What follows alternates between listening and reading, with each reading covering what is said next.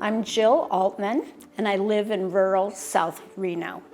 I have an amazing view of Mount Rose to Peavine. I find inspiration where I live. I'm a textile artist. I weave on a loom.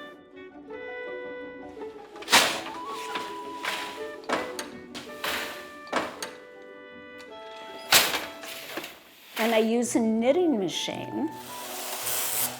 I use the same yarns on the knitting machine that I do on the loom.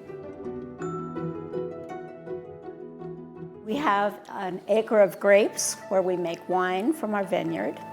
They're getting there. And we have a garden where I grow edibles and flowers that I use for dyeing my yarns that I use in my work.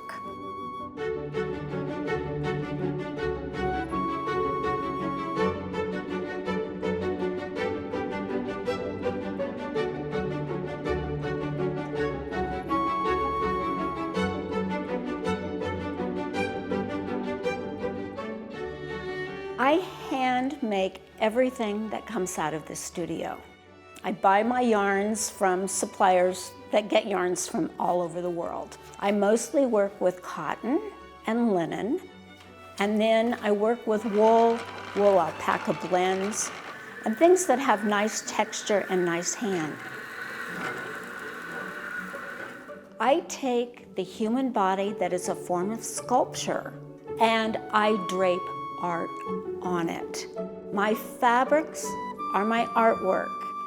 I shape my textiles, my fabric, into clothing that people wear.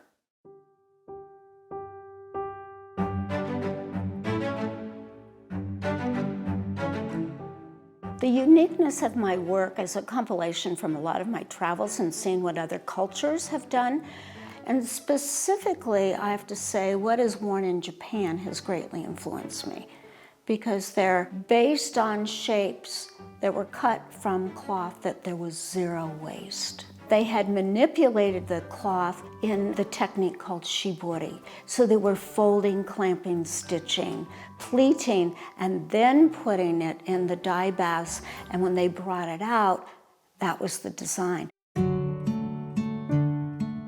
This dye pot is indigo. It's all done with natural materials, which I have outside. So it's indigo, it's calcium hydroxide, and it's fructose. So it feeds on fruit sugar. So to keep it really active, you use banana peels.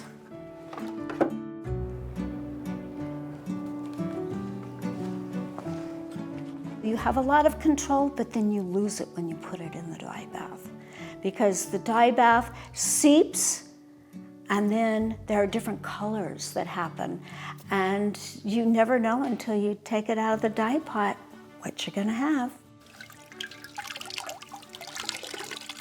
I think it's very, very important that individuals educate themselves, that they see a lot of art shows, they see the techniques being used, and they use the inspiration that other artists have used in their work, in their way. And that's what I try to do. I keep binders of inspiration ideas or museum pamphlets or other artists' work.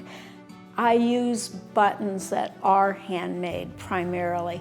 I use silversmith's buttons from Genoa. I had him make pre-Euro coins into buttons for me that I used on my work. I like to have artisans' work on my work the way the Navajo used coins and the buffalo head nickels as their closures and as their artwork and on their jewelry. I want to connect myself with past cultures and past artisans and people. And it's important that not only I learn from that, but newer people who are coming into the craft feel that connection with the past going forward and making their own work. I often get a question, how long did it take you to make this? It has taken my whole life to create these one-of-a-kind pieces. The best moment of all is when it's cut, sewn, I try it on, or the customer comes in, picks it up, and they stand at my front door and they go, "Yeah, you got it." That, to me, is the ultimate compliment and affirmation.